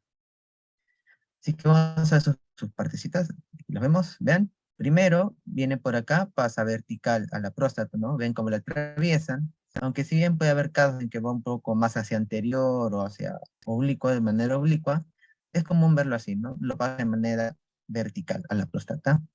Luego vemos, seguimos, ¿ven? Cómo atraviesa esta partecita de acá, atraviesa esta tablita, que es el diafragma urogenital. Ahí lo está atravesando. Esa es la segunda porción. Seguimos por aquí, y lo ven luego. Ahí está, esta es la parte correspondiente al pene, es la parte esponjosa o peniana, ¿sí? Ahí lo ven. Además, como vimos, ven, primero va por la próstata, vimos que va por el diafragma, luego cambia de ángulo, ¿no? Cambia de dirección, se desvía, sigue avanzando y luego cambia de dirección otra vez. Sí, eso quiere decir que esta uretra va a tener ángulo, ¿no? Hay un ángulo, es este primerito de acá, este que estoy pintando de celeste, que es el ángulo subpúbico. ¿Por qué le llamo subpúbico? Porque tomamos con referencia a la sínfisis púbica, ¿no? Pasamos por debajo de esta, a unos 2-3 centímetros más o menos, o centímetro y medio, ahí está el ángulo subpúbico, a nivel del bulbo del pene, ¿no? Esa partecita. Luego, un poco más hacia adelante, ¿no? Está el ángulo prepúbico, y lo estoy pintando de verde. Está el ángulo prepúbico, ¿no? Que obviamente, en caso, ¿no? Por cosas del destino, si el pene estuviera en erección, este ángulo desaparece, ¿sí? Porque cambia de dirección hacia adelante, hacia su oblicuo, y este ángulo desaparece, ¿no? Entonces también eso nos permite diferenciar dos porciones, ¿no? Una porción fija y otra porción libre, o que puede variar, ¿no? La porción fija corresponde a lo que está más hacia el posterior, ¿no? Lo que es la porción prostática y la porción membranosa, que atraviesa la membrana, ¿no? La gris y la naranja. El resto correspondería a la parte libre. ¿Sí, chicos? Estamos con las porciones. Luego, pues la constitución que tiene la uretra, y más o menos parecido a lo que es la vejiga, va a tener una parte muscular y otra mucosa. La muscular va a tener dos capitas, una longitudinal e interna, y otra circular externa, que es importante, ¿no? Porque va a formar el esfínter interno de la uretra, que ahorita vamos a ver. Entonces, otra cosita que debemos recordar sobre la uretra son sus dilataciones. Ahí las vemos, ¿ven? Una es el seno prostático, que está aquí a nivel de la próstata, aquí lo ven. Lo vamos a ver mejor más adelante, cuando hablemos de la uretra prostática, pero ahí lo ven, ¿no? A nivel de la próstata. Luego, vemos la porción del fondo de saco vulvar, que está a nivel del bulbo del pene, ¿no se acuerdan? Que les dije. Ahí está el angulito también, el ángulo subpúbico. Ahí está. Y finalmente, tenemos la parte rojita, que es la fosa navicular, o fosa balánica, ¿no? Que está a nivel de la cabecita del pene. Entonces, hay dilataciones, entre esas dilataciones hay estrecheces, partes más amplias. La primera, esta parte arribita, en el cuello de la vejiga, o sea, es a nivel del esfínter interno que les comentaba. El otro es la porción membranosa, ¿no? Está atravesando aquí el diafragma urogenital. Luego está la porción entre el bulbo y la fosa navicular, aquí está. Y finalmente el orificio externo, ya por donde sale la orina, ¿no? El meato urinario. Ahí. Y finalmente, sobre sus longitudes, normalmente puede variar de entre 16 a 25 centímetros en los varones, dependiendo de, bueno, muchas cositas. Y en su porción en sí, la más grande obviamente va a ser la esponjosa o la peniana, ¿no? Esta de acá, que les comentaba. La más chiquita es la membranosa, esta cortita de acá, que son unos 12 milímetros. Y la otra es la prostática, que va de 2 a 3 centímetros más o menos. ¿Sí? Ahí estamos con las porciones y sus longitudes. Entonces, ahora ya que hemos visto sus porciones, vamos a ver La primera, que es la uretra prostática. Lo vemos, sus características, porque es importante. Uno, porque va a impedir la eyaculación retrógrada. Ya les comenté que la uretra tenía las borones, dos funciones, ¿no? Una para evacuar el contenido de la orina y otra para la eyaculación. Precisamente esta porción prostática está diseñada para que no haya una eyaculación retrógrada, es decir, para que no vuelvan de donde ha venido. Además, ese recorrido va un poco hacia anterior, o sea, no es tan vertical como les comentaba, sino que se angula un poquito hacia adelante, precisamente por esta cosita que ven acá, esto como un ojo, ¿no? Que también ese ojo de acá es parte de la configuración interna de la próstata. Vamos a ver. Pero antes hay que comentarles sobre la porción intramolar, ¿no? Que ya les dije hace un ratito, que le decía el esfínter interno de la uretra, aquí está, aquí se los coloreo. Ahí está, ahí vemos el esfínter interno de la uretra, que viene a la capa circular externa, ¿no? De la uretra, que ya les comenté. ¿Ve? Ahí lo ven, la porción intramolar. ¿Por qué intramolar? Porque quiere decir que está dentro del muro de la vejiga, ¿no? En relación a esta y al cuello. Ahí lo vemos. Entonces, ahora sí, vamos a la configuración interna de la uretra prostática. Hay que tener en cuenta ciertas estructuras importantes. Y las vemos con colorcitos para que no se pierdan. Nos vamos primero por la cresta uretral. Ahí lo ven, eso de color doradito. La cresta uretral es una elevación de mucosa en la cara posterior de la uretra. Ahí lo ven, ¿no? Que se prolonga, ahí. Seguimos por acá, este lo montaron, ahí está el coloreo de rojo, que es esta entrada alargada que se continúa de la cresta, ¿no? Que es más prominente, y lo ven.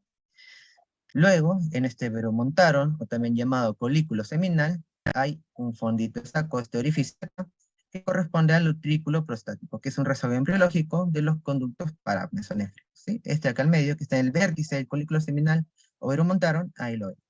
Y lo que no es un vestigio embriológico son los conductos eyaculadores, que están aquí al costadito. ¿Lo ven? De verdecito. Están los conductos eyaculadores, ¿no? Para donde se va a verter el contenido del semen hacia la uretra para que se dé el proceso de eyaculación. Ahí lo ven, ¿no? Ahí están dos acá al lado.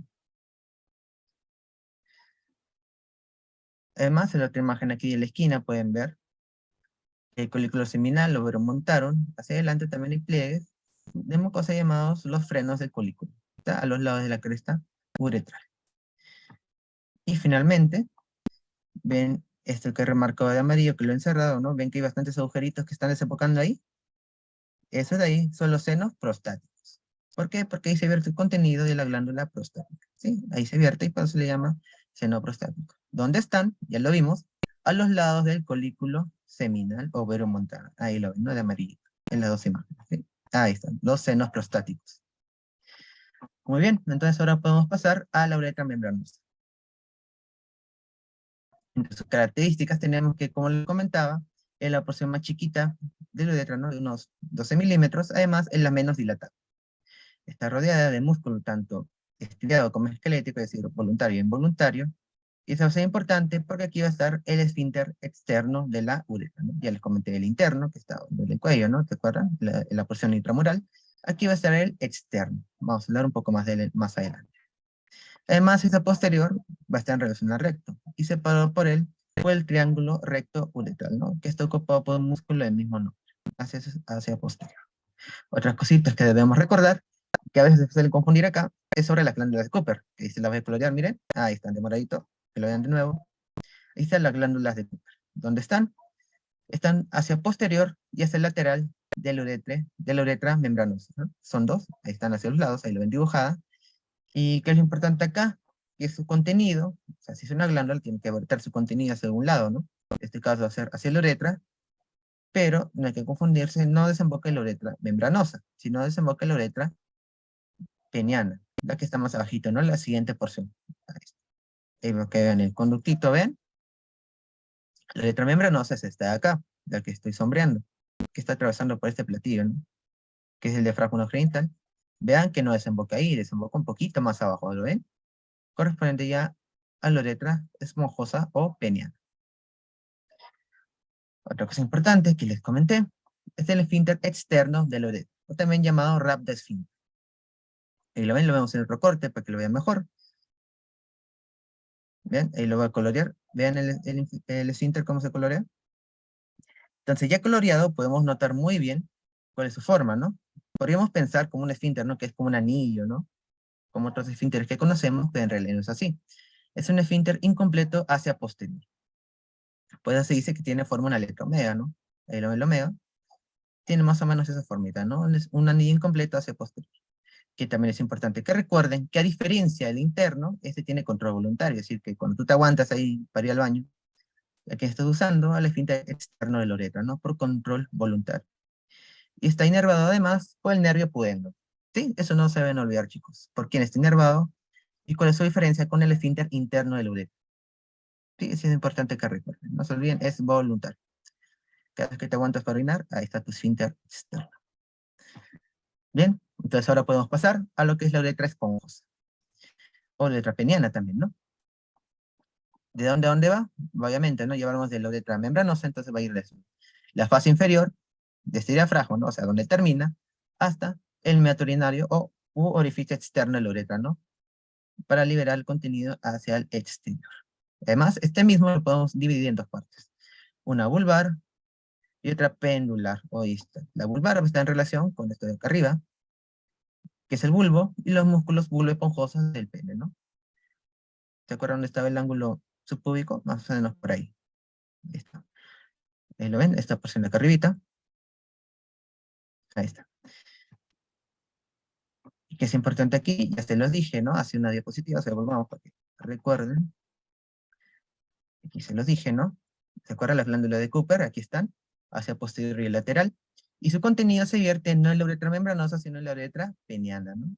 Más específicamente es su porción vulvar. Y aquí lo vemos ya del todo, ¿no? Vean, ahí está. Aquí están desembocando las glándulas de Cooper, o glándulas bulbouretrales. La porción distal, la porción pendular, ya en relación con esto de acá, que son los cuerpos cavernosos. En la uretra vamos a ver algunas estructuras, sobre todo en su parte posterior y lateral, que corresponden a esos agujeritos, ven que lo estoy coloreando, que se llaman las lagunas de Morgah. ¿Para qué sirven estas lagunitas? Porque aquí se vierte contenido de otras glándulas, que son las glándulas del Littré. En estas glándulas del Littré o glándulas uretrales, vierte su contenido a la uretra esponjosa mediante las lagunas de Morgah. Aquí las ven, ¿no? Que son varias, ¿no? Ahí están, lo ven. Muy bien. Ahora si vamos un poquito más hacia distal, podemos ver otras estructuras. Por ejemplo, les comenté, ¿no? Una dilatación, eran tres, ¿se acuerdan? Una de ellas era la fosa navicular o fosa balánica. Una dilatación a nivel del glande, ¿ven? Aquí lo ven de verdecito. Hacia afuera va a estar el orificio externo del uretra o meato urinario. Y aquí lo coloreé de rojito, ¿ven? Ahí, sigan el puntero. ¿Ven? Ese que coloreé de rojito corresponde a la válvula de Guerin, ¿no? Un pliegue de mucosa que sirve como válvula antes de la fosa navicular. Y este, del orificio externo, están separados más o menos unos 2 centímetros. Entonces estaríamos terminando lo que son las porciones de la uretra, así que por último vamos a ir con lo que es su vascularización e inervación. Vamos con ello. Irrigación, que quiero que se lleven, que cada porcioncita tiene sus arterias. ¿Sí? Aquí lo ven detallado, pero si queremos resumir un poquito más, vean aquí se lo voy a colorear. Ven aquí hay una. Esta aquí es la arteria vesical inferior. Aquí en irrigar esta a la uretra prostática. Luego, membranosa y esponjosa, ven aquí bastantes nombres, ¿no? Más específicos, pero quédense que se inerva por la arteria purenda interna, ¿sí? Esta de acá. Esta de acá arribita, la vesical inferior para la prostática, y membranosa y esponjosa con la arteria pudenda interna, y la ven, ¿no? Coloreada, la segunda. Bien, para que no sea tan pesadito. Seguimos con el drenaje venoso, que puede ser por dos vías. Una por la vena dorsal profunda, por aquí, que va al plexo prostático, aquí se los voy a sombrear, ahí lo ven, el plexo prostático. Y otra vía es las venas dorsales pareadas, que van a las venas pudendas internas. Finalmente, con la inervación, vemos que aquí igualito, cada porcioncita tiene su inervación. El plexo prostático se encarga de la uretra prostática y membranos. Y el nervio hipodendo, por otro lado, por la uretra peniana, ¿no? ¿Se acuerdan? Que era la porción libre y la otra es la porción fija, ¿no? Ahí le encuentran la relación, ¿no? Es en cuanto a la inervación, chicos. Entonces, podemos continuar con lo que sería la uretra femenina. Tenemos uretra masculina, a recorrer bien lo que hemos visto, porque la uretra femenina tiene bastantes similitudes, ¿no? Es un poco más cortito también, más sencillo. Así que vamos con ello, ¿no? Las generalidades, la primera diferencia va a ser su extensión. Ambas se van a originar del cuello de la vejiga. Sin embargo, acá obviamente la uretra no se abrirá hacia el pene, sino se va a abrir hacia la vulva. Ahí se abre para verter su contenido hacia el exterior. Además, en las mujeres, a diferencia del hombre, tiene función exclusivamente urinaria. O sea, ya no hay secreción de otras glándulas, ¿no? De eyaculación, nada de eso. Es exclusivamente urinaria. En su longitud es de 3 a 4 centímetros. ¿Ven? Mucho más corta que la del varón, ¿no? Que lleva 16 a 25. Y el diámetro puede ser de 6 milímetros o dilatarse hasta 1 centímetro. Y si el varón tiene sus porciones, las mujeres también no tienen las porciones uretrales. Son menos, pero también es importante recordarlas. Aquí ambos tienen una porción intramural, que, adivinen, es parecido. ¿Por qué? Porque aquí también está el esfínter interno del uretra. ¿Está? En relación al cuello de la vejiga y el esfínter interno del uretra. En la siguiente diapo lo vamos a ver mejor. Luego seguimos con una porción pelviana, ahí lo ven, que ocupa la medida de su longitud, 4/5 más o menos, y está en relación, por una parte con el esfínter interno y otra con el externo. Luego, ya atravesando el diafragma urogenital, tenemos otra porción que es la porción perineal, ya que atraviesa el perine. Quiero que vean acá, vean, este primero que estoy sombreando es la vagina, que por ahí mis compañeros les explicaron algunas cositas. Y ese tubito de acá, ese más chiquitito, es la uretra. Quiero que vean que más o menos sigue la misma dirección, ¿no es verdad? ¿Ustedes lo ven? Son como dos carreteras, ¿no? La uretra está hacia anterior y paralelo a la vagina. ¿Sí lo ven? Y ese tabique que los está separando se llama el tabique vagina, ¿no? No hay que complicarse tanto por el nombre, ¿lo ven? Uretra, vagina, ¿no? Como dos carreteras separadas por el destino. Ahí está. Y finalmente, esta uretra cuando se abre hacia el exterior, va a formar como un repliegue de piel mucosa, que se va a llamar la papila uretral. Y es importante también que recuerden acá, que es esa relación. Adelantamos un poquito. ¿Ven? Aquí está el meato urinario, sino el orificio externo de la uretra, la parte final.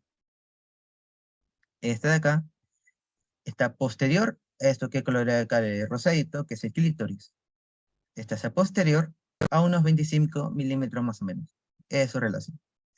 Y finalmente, yendo con la configuración interna, no hay que matarse tampoco, es parecida a la uretra masculina, dos capas musculares, una longitudinal interna y otra circular externa, que se encargar del esfínter interno de la uretra. La mucosa también recubierto, y así como el varón tenía sus glándulas, la mujer no se queda atrás y tiene sus glándulas también. En este caso, esta que estoy coloreando, véanlo, ahí están, de moradito, son las glándulas de Skene. Donde vierte su contenido, lo vierten hacia los lados del orificio externo de la uretra, ¿no? Ahí está, glándulas de Skene, contenidas en el seno de la pared muscular de la uretra. Ahí está. Y tiene su contenido, no se bien, ahí ven el tubito, hacia los lados del orificio externo de la uretra. Muy bien, entonces sigamos. Otra cosa importante, interesante, que hay que recordar, es el esfínter externo de la uretra. En el caso de las mujeres es un poco diferente al del varón. No sé por qué. Obviamente va a corresponder al segundo sistema de cierre, ¿no? El primero es este de acá. Vean, el esfínter interno de la uretra en correspondencia al cuello vesical, ¿no? Tiene su músculo, ¿no? Circular externo. ¿Y en qué se va a aparecer también? Que va a ser incompleto hacia posterior. Dice. Le voy a dibujar la musculita para que lo vean bien. Tenemos los tres. Ahí están. Vean, uno de rojo, uno de celeste y uno de verde. El rojo es el esfínter de la uretra, el otro el esfínter uretrovaginal y el de verde el esfínter compresor del uretra. ¿Sí lo ven? Está con colorcito para que no se pierdan. Y vean acá cómo solo lo cubre hacia anterior y hacia los lados. ¿Lo ven? En la parte posterior no está completa. Un poco parecido al varón, ¿es así? Ahí estamos. Otro detallito también es que estos dos últimos músculos, el uretrovaginal y el esfínter compresor de la uretra, además de comprimir la uretra, también comprimen a la vagina. ¿Ven? Son de ambos, van con los dos. Pero que tienen como estos tres que trabajan como un equipo. Estos tres actúan como unidad.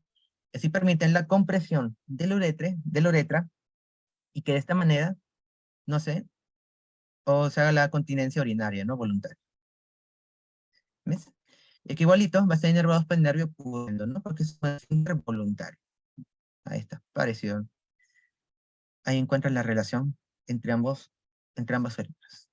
Más un detalle importante es que si bien les menciono que estos músculos comprimen la uretra y evitan o favorecen la continencia, ¿no? Y evitan la pérdida de orina, también hay otro mecanismo que es la vasculatura submucosa. ¿Qué sucede?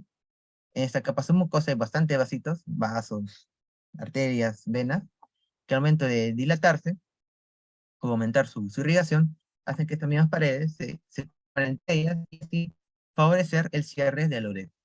¿Ven? Son dos mecanismos entonces. Bien, ahora finalmente vamos con la vascularización y la inervación. Ahí estamos. Actualmente dividimos la uretra en tres, una proximal, una media y una distal, y cada una va a tener sus arterias. Igualito, ahí está cada su ramita por separado.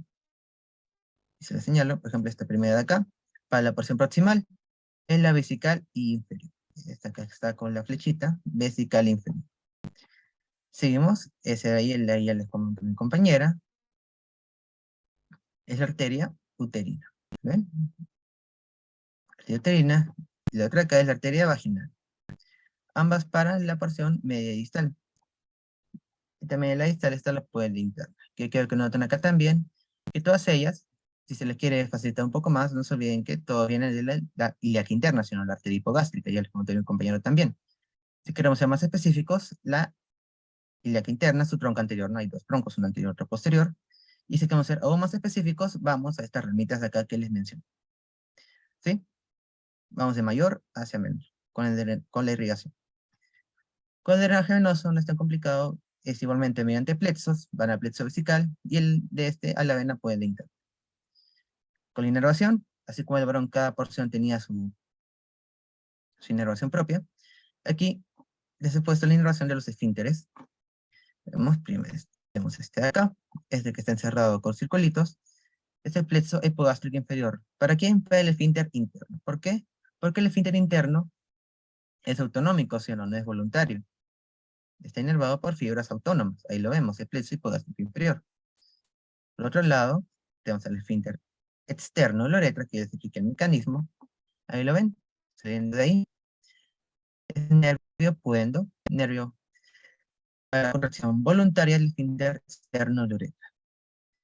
Entonces, chicos, muchas gracias por su atención. Aquí están las referencias. Muchas gracias por su atención y espero les haya gustado lo que es el tema de la uretra y en general todo lo que fueron vías urinarias. Muchas gracias, chicos. Cualquier duda, igualmente a los comentarios y ahí les respondemos.